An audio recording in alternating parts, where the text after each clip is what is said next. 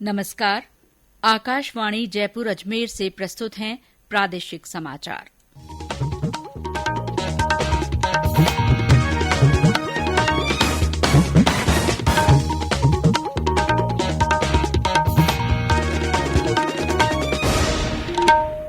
मुख्य समाचार।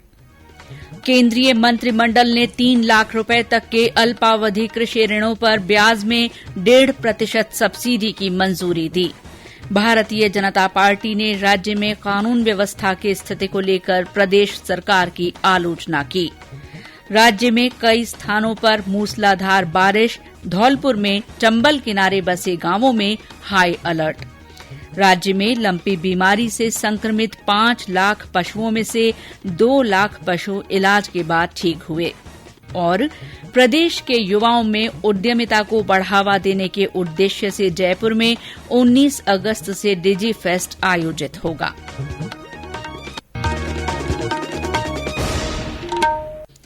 समाचारों के साथ मैं शीला चावला। और अब समाचार विस्तार से। केंद्रीय मंत्रिमंडल ने 3 लाख रुपए तक के अल्पावधि कृषि ऋणों पर ब्याज में 1.5% सब्सिडी का अनुमोदन कर दिया है।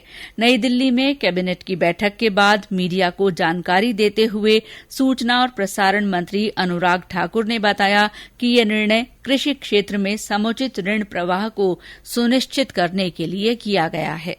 शॉर्ट टर्म एग्रीकल्चर लोन जो किसानों को मिलता है 7% इंटरेस्ट देना पड़ता है, जो बाकी ब्याज दर से कम होता है। अगर किसान सही समय पर इसका भुगतान करता है तो उसको 3% की इंटरेस्ट सबवेंशन मिलती है। भारत सरकार ने निर्णय लिया है कि 1.5% इंटरेस्ट सबवेंशन अपनी ओर से देगी और 34,856 करोड़ रुपया इसके लिए हम उपलब्ध करवाएंगे। कैबिनेट ने यात्रा, पर्यटन और आवभगत क्षेत्र के लिए आपात ऋण सुविधा गारंटी योजना की सीमा 50,000 रुपए बढ़ाने के निर्णय को भी मंजूरी दी है।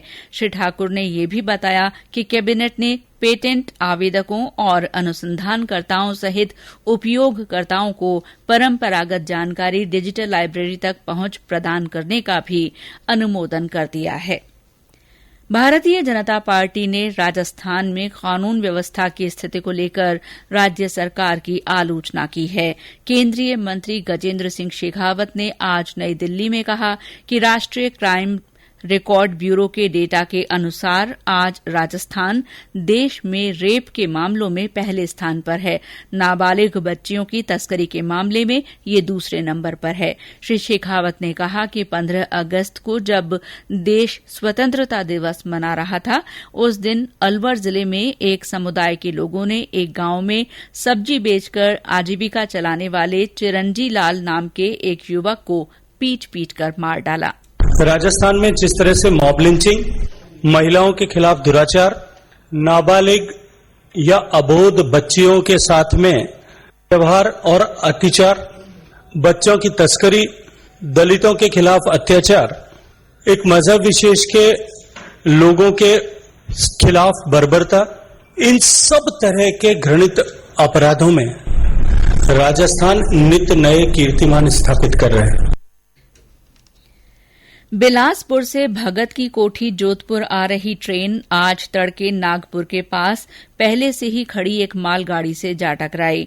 इस हादसे में ट्रेन की एक बोगी पटरी से उतर गई। मालगाड़ी से टक्कर लगने से ट्रेन में लगे जोरदार झटके से गहरी नींद में सो रहे कुछ यात्री नीचे गिर पड़े, जिन्हें हल्की चोटें आई हैं। 2 यात्रियों को ज्यादा चोट आई है। इन सभी का नागपुर में इलाज किया गया। बाद में ट्रेन को जोधपुर के लिए रवाना कर दिया गया। ये हादसा नागपुर से ठीक पहले गुदमा गांदिया रेलखंड पर हुआ। नागौर जिले में पाकिस्तान से आकर रह रहे एक ही परिवार के 4 लोगों को भारत की नागरिकता दी गई है।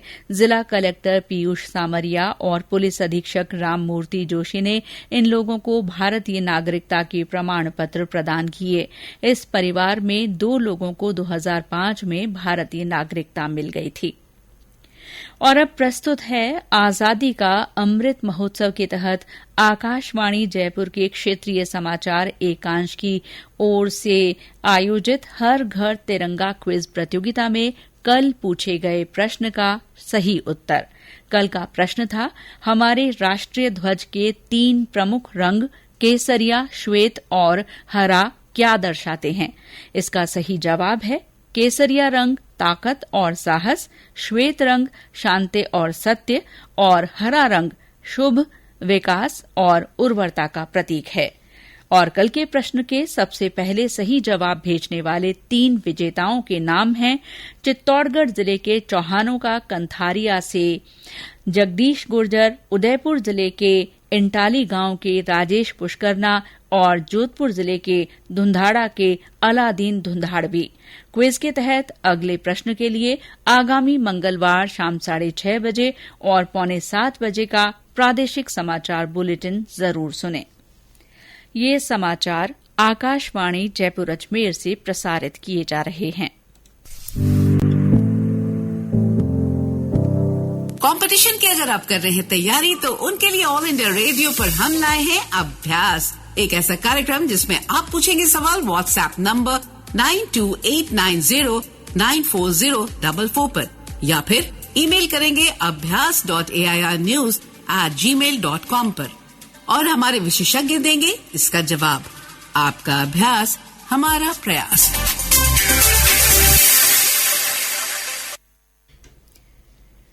प्रदेश के पश्चिमी जिलों में आज कई स्थानों पर मूसलाधार बारिश हुई है। पूरे बाड़मेर में आज करीब 4 घंटे तेज बरसात हुई, जिससे निचले इलाके जलमग्न हो गए। कुछ स्थानों पर यातायात भी बाधित रहा। जोधपुर शहर और ग्रामीण इलाकों में आज दिन भर रुक रुक कर बारिश जारी रही, जिससे निचले इलाकों में पानी भर गया। सीकर जिले में कुछ स्थानों पर तेज बरसात होने के समाचार हैं। जिले के फतेहपुर कस्बे में बारिश का पानी अंडरपास में भर गया। वहां से निकल रही एक स्कूल बस इस पानी में फंस गई, जिसे 1 घंटे की मशक्कत के बाद जेसीबी और स्थानीय लोगों की मदद से बाहर निकाला जा सका। बस में 15 बच्चे सवार थे। जयपुर में रुक रुक कर हल्की बारिश जारी रही। माउंट आबू समेत पूरे सिरोही जिले में पिछले 24 घंटे से रुक रुक कर बारिश हुई है। जिले के 11 बांध ओवरफ्लो हो चुके हैं। उधर मध्य प्रदेश में लगातार हो रही बारिश के कारण कोटा संभाग की नदियां उफान पर हैं। चंबल, काली सिंध और पार्वती नदियों में पानी की भारी आवक के कारण कई गांवों का संपर्क टूट गया है। कोटा बैराज से पानी छोड़े जाने के कारण धौलपुर में चंबल नदी का जलस्तर खतरे के निशान से 1 मीटर ऊपर बह रहा है। जल स्तर और बढ़ने की संभावना को देखते हुए निचले इलाकों में हाई अलर्ट घोषित किया गया है। निचले इलाकों से लोगों को सुरक्षित स्थानों पर पहुंचाया जा रहा है। भरतपुर, धौलपुर, श्रीगंगानगर, टोंक, बूंदी, हनुमानगढ़, उदयपुर, बांसवाड़ा तथा राजसमंद जिलों में हल्की से मध्यम बारिश हुई है। मौसम विभाग ने कहा है कि आज से बारिश की गतिविधियों में कमी आएगी, लेकिन जोधपुर, बाड़मेर, जैसलमेर, जालौर, बीकानेर तथा नागौर में अगले 24 घंटे मानसून के सक्रिय रहने की संभावना है। कल जैसलमेर और बाड़मेर को छोड़कर ज्यादातर स्थानों पर छुटपुट बारिश हो सकती है। प्रदेश में लंपी त्वचा रोग 24 जिलों में फैल चुका है और अब तक करीब 5 लाख पशु इस बीमारी से संक्रमित हो चुके हैं। बीमारी के कारण अब तक 20,000 से ज्यादा पशुओं की मृत्यु हो चुकी है। वहीं करीब 2 लाख पशु उपचार के बाद स्वस्थ हो गए हैं। इस बीच मुख्य सचिव उषा शर्मा ने सभी जिला कलेक्टरों को निर्देश दिए हैं कि वे गौशालाओं और पशु घरों का निरीक्षण कर वहां साफ सफाई सुनिश्चित करें। साथ ही गांवों में पटवारी, ग्राम विकास अधिकारी और कृषि पर्यवेक्षकों को सक्रिय कर संक्रमित पशुओं को अलग रखने और मृत पशुओं के शव के निस्तारण के लिए भूमि चिन्हित करने को कहा गया है। मुख्य सचिव ने जिला कलेक्टरों को कहा कि संक्रमित पशुओं के दूध के बारे में फैली भ्रांतियों को दूर किया जाए। जोधपुर में रलावास गांव में स्थित गौ चिकित्सालय में लंपी स्किन डिजीज से पीड़ित गौवंश के लिए अस्थायी शिविर लगाया गया है। इस बीमारी से पीड़ित गौवंश के बचाव के लिए क्वारंटीन सेंटर बनाया गया है। चिकित्सालय की ओर से इस बीमारी से पीड़ित गौवंश का उपचार किया जा रहा है। राज्यपाल कलराज मिश्र ने कहा है कि वही शिक्षा सार्थक है जिसमें व्यक्ति और समाज का गुणात्मक विकास हो। आज सीकर में एक कार्यक्रम को संबोधित करते हुए श्री मिश्र ने कहा कि विद्यार्थी पाठ्यक्रम के साथ संस्कारी भी हों। नई नीति में विद्यार्थियों के सर्वांगीण विकास पर ध्यान दिया गया है। नई शिक्षा नीति के मर्म को समझते हुए यदि हम विश्वविद्यालयों में अध्ययन अध्यापन करते हैं तो आने वाले वर्षों में देश फिर से विश्व गुरु बनने की ओर अग्रसर हो सकेगा। अच्छी विद्या विद्यार्थी को नैतिक रूप से सक्षम करते हुए धर्म के साथ जीविका उपार्जन के लिए प्रेरित करती है। राज्य सरकार प्रदेश में उद्यमिता को बढ़ावा देने के लिए जयपुर में 19 अगस्त से डिजिफेस्ट कार्यक्रम आयोजित करेगी। 2 दिन के इस कार्यक्रम का आयोजन सूचना तकनीक और संचार विभाग की ओर से किया जा रहा है। डिजिफेस्ट राज्य सरकार के उन प्रयासों का हिस्सा है जिनके तहत स्टार्टअप्स, इंडस्ट्री लीडर्स, मेंटर्स और विद्यार्थियों को नेटवर्किंग के लिए एक प्लेटफॉर्म दिया जाता है। साथ ही ये आईटी और टेक्नोलॉजी में विकास के अवसरों के साथ उद्यमिता और डिजिटाइजेशन को बढ़ावा देने और प्रोत्साहित करने में मददगार है। ये समाज के अलग अलग स्टेक होल्डर्स के बीच बिजनेस को सरल और सुगम बनाने का प्रयास है।